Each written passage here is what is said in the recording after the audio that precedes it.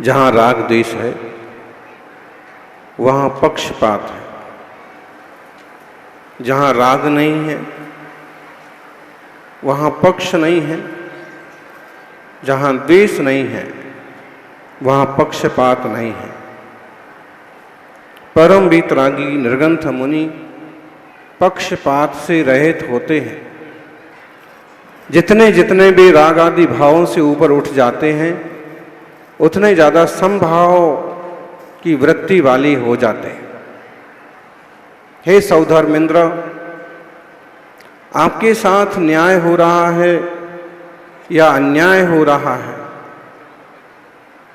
ये आपकी सोच है। सच देखा जाए तो प्रत्येक जीव खुद अपने साथ न्याय या अन्याय करता है। यदि यह जीव तत्व के मार्ग को समझ लेता है तो खुद के साथ न्याय हो जाता है, और यदि यह जीव सन्मार्ग को नहीं समझता है तो खुद के साथ अन्याय करता रहता है। हमें लगता है कि दूसरे लोग हमारे साथ अन्याय कर रहे हैं। जिस भूमिका में आप हैं उस हिसाब से आपका सोचना सही भी है। गर्भ कल्याणक के 6 माह पहले से 9 माह रत्न वृष्टि की और अनेक आयोजन किए।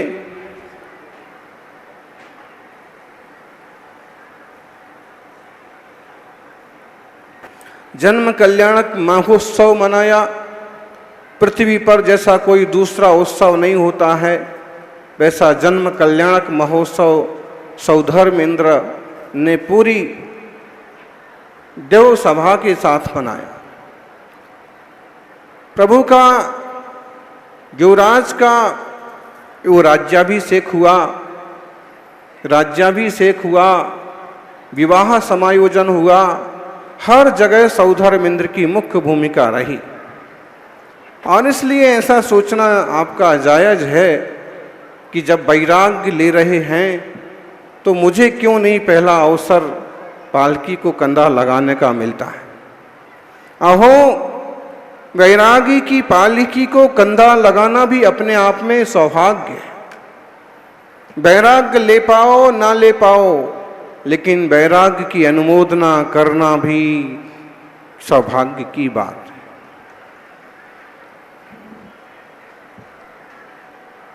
माता पिता अपने ढंग से समझाते हैं, भरत बाहुबली आदि पुत्र अपने ढंग से निवेदन करते हैं, लेकिन ऐसी क्या कमी आ गई? माँ यही कहती है घर में क्या कमी है, पिता ये कहते हैं क्या गलती हो गई है, लेकिन वो कुछ नहीं कहते।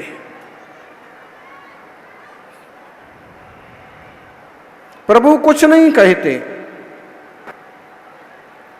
किसी भी बात का जवाब देना, इसका मतलब है बात को आगे बढ़ाना और उलझना। जब उन्हें वैराग्य हो ही गया है तो किसी को प्रमाण देने की जरूरत नहीं समझते हैं और मौन हो जाते हैं। लौकांतिक देव आ जाते हैं। वैराग्य की अनुमोदना करने के लिए जो देव कभी नहीं आते वो भी आ जाते हैं। वैराग्य कितनी ऊंची चीज है, संयम साधना कितनी ऊंची चीज है। आप अपने नियम संयम को पूरे संकल्प के साथ पालन कीजिए, इसकी अनुमोदना तो देवता भी करते हैं। कई सतियों के उदाहरण आते हैं कि जब वह शील संयम पर अटल रहीं तो देवताओं ने भी आकर के उनकी रक्षा की, सेवा की। अहो, ये संयम का मार्ग अद्भुत मार्ग है।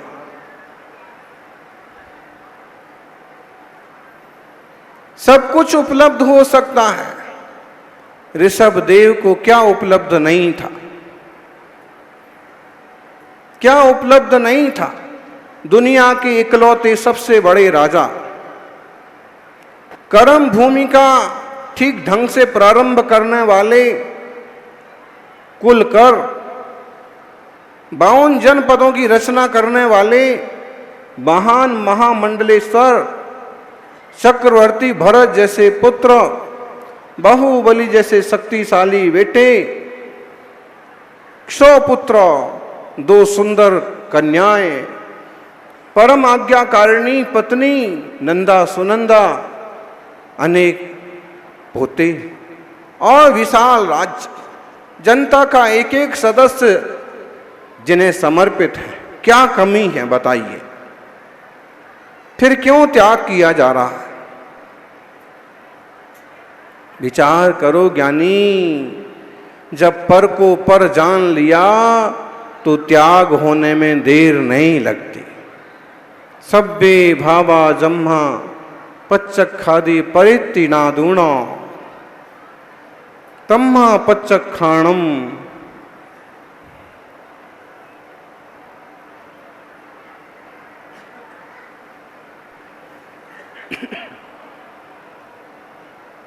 सौभाग्यशाली हो, इस प्रसंग को पूरे भक्ति भाव से, अहोभाव से देखो।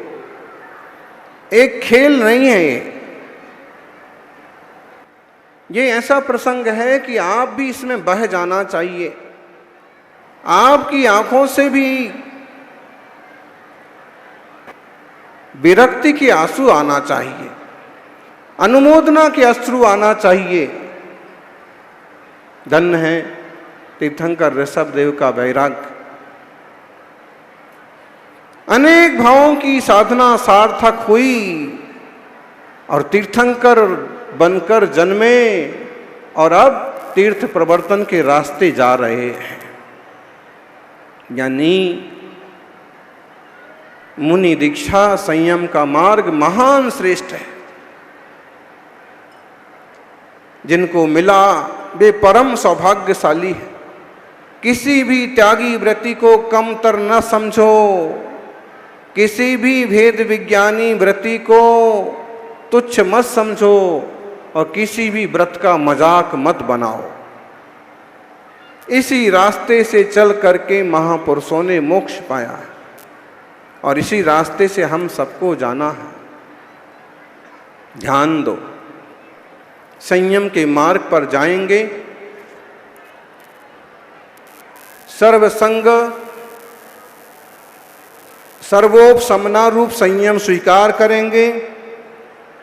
सर्वसावध्य व्रतोस्मि रूप एक संयम स्वीकार करेंगे। परम सामयिक संयम की आराधना करते हुए यथाख्यात संयम को भी उपलब्ध हो जाएंगे। यथार्थ मार्ग तो यही है कि संपूर्ण संयम स्वीकार करो, लेकिन अगर संपूर्ण संयम स्वीकार नहीं करते हो तो अणुव्रत आदि रूप संयम स्वीकार कर लो। संपूर्ण रात्रि भोजन त्याग करना ही रात्रि भोजन त्याग कहलाता है। लेकिन इतना ना बने तो जितना बने उतना नियम लो और उतना पालन करो। यानी रात्रि भोजन त्याग का मतलब होता है अन्न पान खाद स्वाद लेय पेय सब पदार्थों का त्याग। रात्रि में पानी की बूंद भी नहीं लेना। पूरा दिन पड़ा है, दिन में ले लो। एक बात हम कहते हैं कि भाई मजबूरी है और आप रात्रि भोजन नहीं छोड़ सकते, तो भले ही अपने घर पर खा लो। समझ रहे बात? क्या कह रहे? खाओ, ऐसा नहीं कह रहे। आपकी मजबूरी है तो भले ही आप अपने घर पर खा लो, लेकिन सामूहिक रूप से औरों को यहाँ जा कर के वहाँ खा करके जैन धर्म की हंसी मत कराओ। इसका भावार्थ समझ में आया हमने क्या कहा? इसका भावार्थ ये है कि आप मजबूर आदमी हैं, आप घर में एक कमाने वाले हैं, आप आते आते रात हो जाती है, आप जैन भी हैं, इच्छा तो है कि ना खाना पड़े, लेकिन दिन भर के भूखे हैं तो क्या करोगे आप? तो मजबूरी में व्यक्तिगत अपने घर में खाया तो उसने आपने उतना ही नुकसान किया, लेकिन हजारों की जनता में खाया, सारे दोस्तों को बताया कि मैं भी खाता हूँ रात को, सब लोगों के बीच बीच जा जा के खाया, इसका मतलब है तुमने जैन धर्म को लजाया। बहुत लोगों की नज़र में ये था कि जैनी तो रात में खाते नहीं, और तुम चुपचाप घर में खा लेते थे तो कई लोगों को पता नहीं था। अब ऐसे तुमने और क्या किया, जैन धर्म का मखौल उड़ाया। इसका मतलब ये नहीं कि छुप के खाओ, ऐसी आगम की आज्ञा है। ये आगम की आज्ञा नहीं है। आगम तो कहता है कि यथाख्यात चारित्र स्वीकार करो, परम सामयिक संयम स्वीकार करो, उतना ना बने तो महाव्रत छेदोपस्थापना स्वीकार करो, उतना ना बने तो अणुव्रत स्वीकार करो, उतना ना बने तो जितना बने उतना व्रत जरूर स्वीकार करो, और उतना भी ना बने तो जैन धर्म को दूसरे लोगों में लजाओ तो मत। समझे? दुकानदारी करते वक्त थोड़ा कम ज्यादा तौल करके 2 पैसे ज्यादा कमा लिए, वो आपका दुकानदारी में धक जाएगा। लेकिन किसी की जेब काटते हुए पकड़े गए तो यही कहेंगे जैन, और ये जैन लोग भी जेब काटते हैं क्या? समझ में आ रहा ना? इसके लिए हम कहते हैं कि मजबूरी में आपसे व्यक्तिगत कोई गलती हो जाए तो भले हो जाए, लेकिन सामूहिक रूप से गलत प्रवृत्ति कभी मत करिए। इसका मतलब है अकेले में खाने की स्वीकृति दे दी?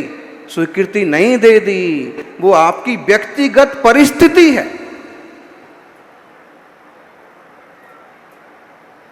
पुरुरवा भील की पर्याय में जब त्याग करवाया, ऋषभदेव के पोते जो बने मरीचि, उन्हें मुनिराज ने क्या त्याग करवाया था? कितने उदाहरण आते हैं? कौए के मांस का त्याग करवाया। इसका मतलब क्या हुआ? और सब खाओ, ऐसा कहा था? नहीं, उनने सिर्फ इतना कहा था कि कम से कम इतना छोड़। क्या? कम से कम इतना तो छोड़, बाकी तेरी जैसी सामर्थ्य तू जान। भाई महीने में 4 दिन का ब्रह्मचर्य व्रत ले लो, बाकी फिर तेरी सामर्थ्य जैसी तू जान।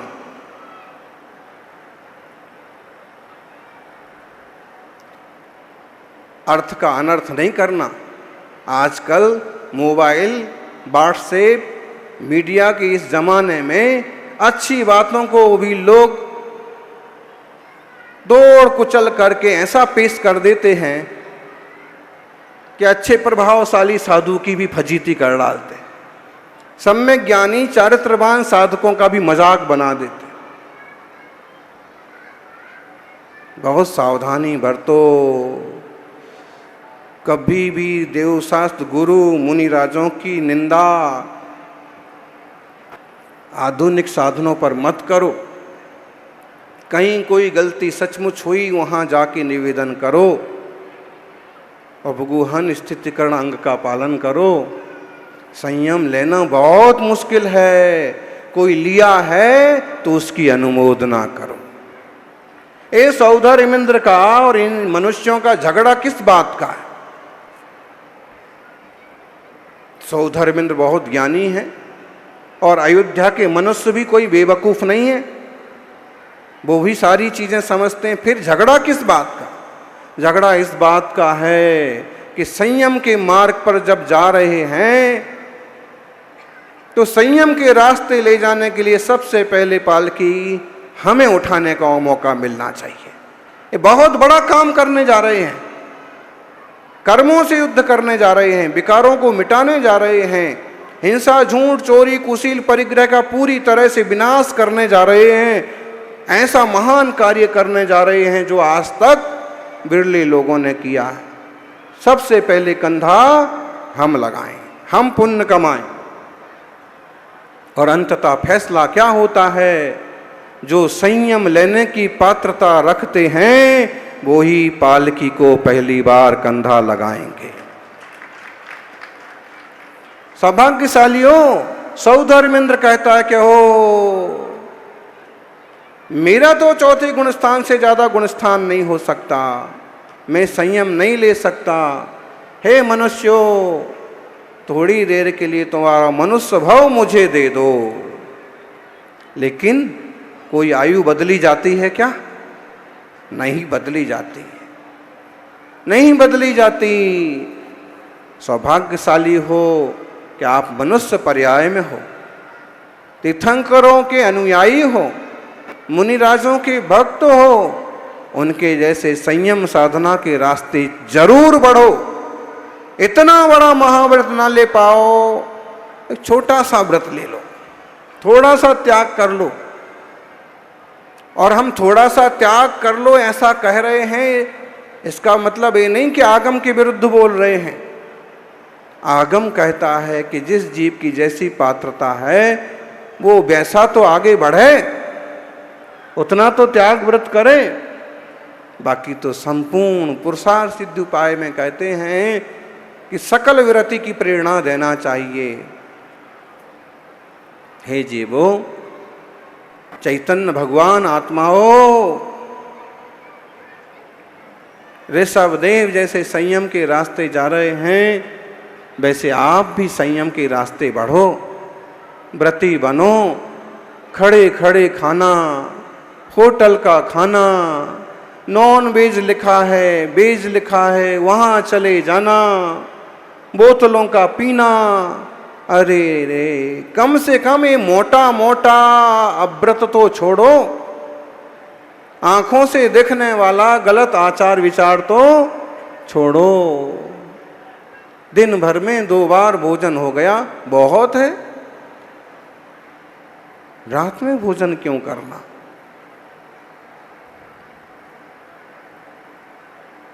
और मजबूरी है करना पड़े तो सार्वजनिक रूप से तो मत करो।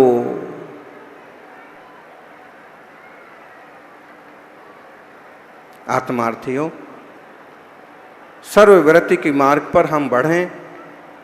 प्रभु की संयम की अनुमोदना से हमारे जीवन में भी संयम आए। त्यागी व्रतियों के संयम की अनुमोदना से हम भी भेद विज्ञान पूर्वक त्याग व्रत के मार्ग पर बढ़ें। ऐसी मंगल भावना आज के संयम तप के दिन हम व्यक्त करते हैं। जो लोग संयम ले सकते हैं वो ही सबसे पहले प्रभु की पालकी उठाएंगे। जय बोलिए ऋषभदेव भगवान की।